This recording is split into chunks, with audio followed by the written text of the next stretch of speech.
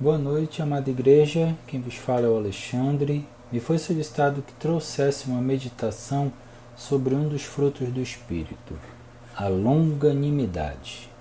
Vamos ler o texto onde se encontram os frutos do Espírito, que lá em Gálatas, da carta de Paulo aos Gálatas, capítulo 5, versículos 22 e 23. Mas o fruto do Espírito é amor, alegria, paz, longanimidade, benignidade, bondade, fidelidade, mansidão e domínio próprio. Contra estas coisas não há lei. Vamos parar um momento e vamos orar. Senhor, nós te damos graças, Pai. Graças pelo teu cuidado e amor pelas nossas vidas. Muito obrigado, Senhor, porque o teu Espírito gera frutos em nós. O teu Espírito, ele nos dá a capacidade de sermos amorosos, de sermos alegres e de sermos longânimos. Ele nos capacita a isso, mas muito depende da gente em buscar este aperfeiçoamento. Por isso, Senhor, eu te peço que através desse estudo tu estejas transformando as nossas vidas para que possamos ser mais longânimos, Senhor. Pedimos a tua bênção e oramos em nome de Jesus. Amém. Amor, alegria e paz. Os três primeiros da lista de Paulo dos frutos do Espírito Santo soam muito espirituais. São simplesmente o tipo de coisa que bons cristãos devem ter e demonstrar. Mas, quando chegamos à longanimidade, chegamos a algo que tem mais a ver com aquela área da nossa vida entre segunda e sábado e como convivemos com ela, no local de trabalho, no lar ou em lugares onde temos o nosso lazer. A longanimidade é uma das marcas do fruto do Espírito, gerado com exclusividade no crente que recebeu a salvação em Jesus Cristo. A própria palavra dá dica sobre o seu significado. Longanimidade significa ter longo ânimo, ânimo extenso, paciência duradoura, como um elástico que estica bastante. Trata-se de uma característica gerada pelo Espírito de Deus no coração de alguém que nasceu de novo pelo Evangelho de Cristo. Longanimidade, como fruto do Espírito Santo, significa, por um lado, a habilidade de aguentar por muito tempo o tipo de oposição e sofrimento que possam aparecer, e, por outro lado, a habilidade de tolerar os pontos fracos dos outros, incluindo outros crentes. Mas antes que continuemos a pensar na longanimidade como uma qualidade que devemos demonstrar, pensemos primeiro nela como uma qualidade de Deus. Talvez você não pensaria na paciência de Deus como um aspecto peculiar do Antigo Testamento.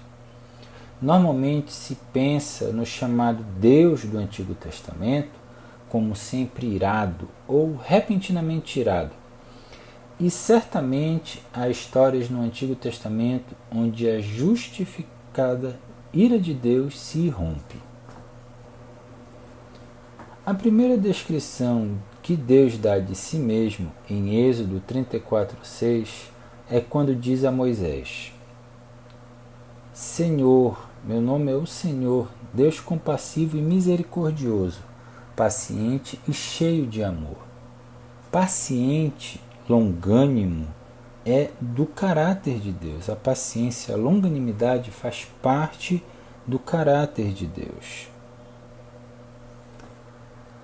Ainda no Antigo Testamento, a gente vê como Deus foi longânimo, como Deus foi paciente por muitos séculos e gerações com Israel. Isaías disse a Israel como Deus suportou seus pecados. Como está escrito no livro de Isaías, capítulo 53, versículo 12. Por isso lhe darei a parte de muitos, e com os poderosos repartirá ele o despojo, porquanto derramou a sua alma na morte e foi contado com os transgressores. Mas ele levou sobre si o pecado de muitos e intercedeu pelos transgressores. Israel fez com que Deus suportasse um fardo, o fardo do pecado. Não só Israel, mas o mundo todo. Então, temos que ver isso, temos que ver essa característica de Deus. Ela, como eu poderia dizer, o ápice dela no sacrifício de Cristo já. Isaías já aponta nesta direção. De fato, ele disse que carregará o próprio Israel do berço à sepultura. Quer dizer que quando Deus perdoa é porque ele escolhe levar sobre si os nossos pecados, o que, é claro, foi exatamente o que Jesus fez na cruz. Deus também se mostra muito paciente quando o povo está no deserto, pois em várias situações o povo reclamava e ele os abençoava. Pois muitas foram as reclamações ao saírem do Egito. Reclamaram quando estavam cercados entre o Mar Vermelho e o exército do faraó. O registro está lá em Êxodo 14:11, quando estavam com sede já no deserto, Êxodo 15:24 e Êxodo 17:2, e antes de receberem o maná, em Êxodo 16:2. Então, o Antigo Testamento mostra a incrível paciência de Deus, mesmo que fosse combinada com atos necessários de julgamento. E aí a gente pode lembrar do livro de Juízes. Quando o povo se afastava de Deus, ele mandava um povo estrangeiro atormentar, assolar o povo de Israel, e eles se voltavam para Deus. E aí Deus levantava um juiz, o povo seguia o juiz e Deus os aceitava, perdoava, anulava aquele pecado. E quando o Novo Testamento prossegue a falar da paciência de Jesus, em como ele suportou a violência, a crueldade e a injustiça da cruz, ele também faz desse exemplo de Jesus um exemplo sobre como nós devemos exercitar a paciência. A primeira carta de Pedro, capítulo 2, versículos 21 a 24, mostram sobre a paciência e o sofrimento de Jesus. O texto diz o seguinte: Cristo sofreu em vosso lugar, deixando-vos exemplo para seguirdes os seus passos, o qual não cometeu pecado, nem dolo algum se achou em sua boca. Pois ele, quando ultrajado, não revidava com ultraje, quando maltratado, não fazia ameaças, mas entregava-se àquele que julga retamente, carregando ele mesmo em seu corpo, sobre o madeiro, os nossos pecados. Esta, amados, é a paciência de Jesus que Pedro diz que deveria ser um modelo para nós. Voltemos então aos dois sentidos dessa palavra, longanimidade, quando pensamos em termos de nossa vida cristã. Em primeiro lugar, a longanimidade de aguentar o sofrimento. É muito claro na Bíblia que o povo de Deus irá sofrer por causa da hostilidade e inimizade daqueles que são inimigos de Deus e de seu povo.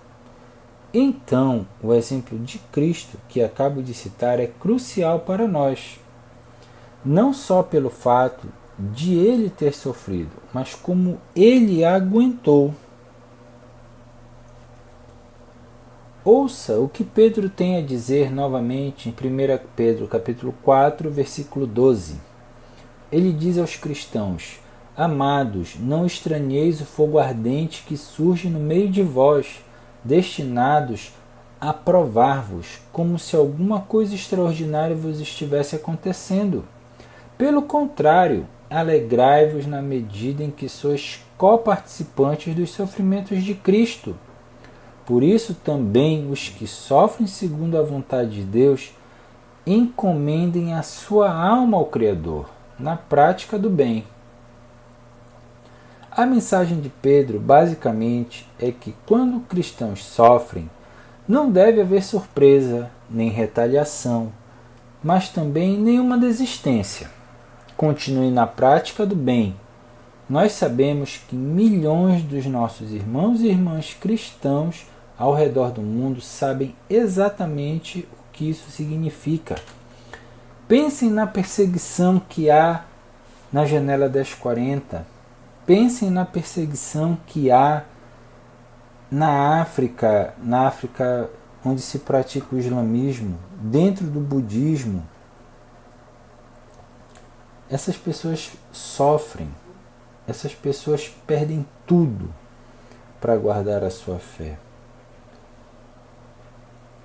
E fazem isso pacientemente. Eles sofrem ódio, sofrem discriminação, aprisionamento e frequentemente assassinato e martírio por causa da fé em Jesus Cristo. E precisamos orar por essas pessoas e buscar encorajá-los de alguma forma. E também devemos estar preparados para o fato de que alguns sofrimentos devem vir em nossa direção através de hostilidade contra o Evangelho de qualquer fonte. E essa fonte pode ser a mais próxima, como a nossa própria família, amigos, pessoas que são muito estimadas por nós. Devemos estar dispostos a suportar, porque a longanimidade inclui isso. Mas, em segundo lugar, precisamos lembrar que longanimidade significa também tolerar os outros. Isto é, quando você escolhe tolerar outras pessoas, ao invés de se afastar quando lhe irritam, ou pior, significa que você escolhe perdoar alguém ao invés de guardar rancor. Significa que você escolhe deixar passar algo que é ofensivo ou grosseiro, ao invés de comprar briga e ficar quite. E me parece que esse tipo de longanimidade, de paciência é cada vez mais necessária na nossa comunidade cristã ao redor do mundo. Especialmente talvez entre líderes e denominações e organizações cristãs. Há um pequeno poema que diz assim: viver em amor com os santos do Senhor, isso será glória. Mas viver na realidade com os santos de verdade, isso é outra história. Porque pode ser duro, pode ser difícil ter a paciência de tolerar outros cristãos. E sem mencionar a paciência que eles precisam, às vezes, para nos tolerar. Mas isso é o que a Bíblia exige de nós. E é para isso que nós somos chamados. Mesmo quando somos mal interpretados e quando somos injustiçados. É aí que a nossa longanimidade é testada. E é aí que conta de verdade. Amados, eu gostaria de agradecer a oportunidade de trazer essas palavras de esperança, essas palavras de transformação, essas palavras de confrontação às nossas vidas. E que elas possam transformar-nos à semelhança de Cristo.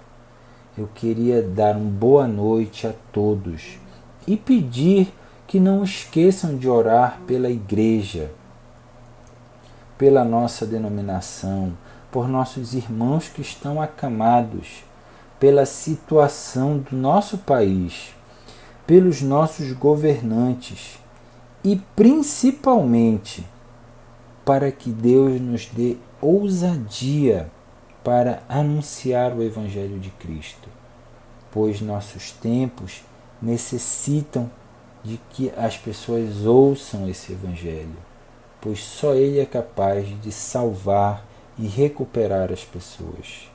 Tenham uma boa noite e que Deus os abençoe. Amém.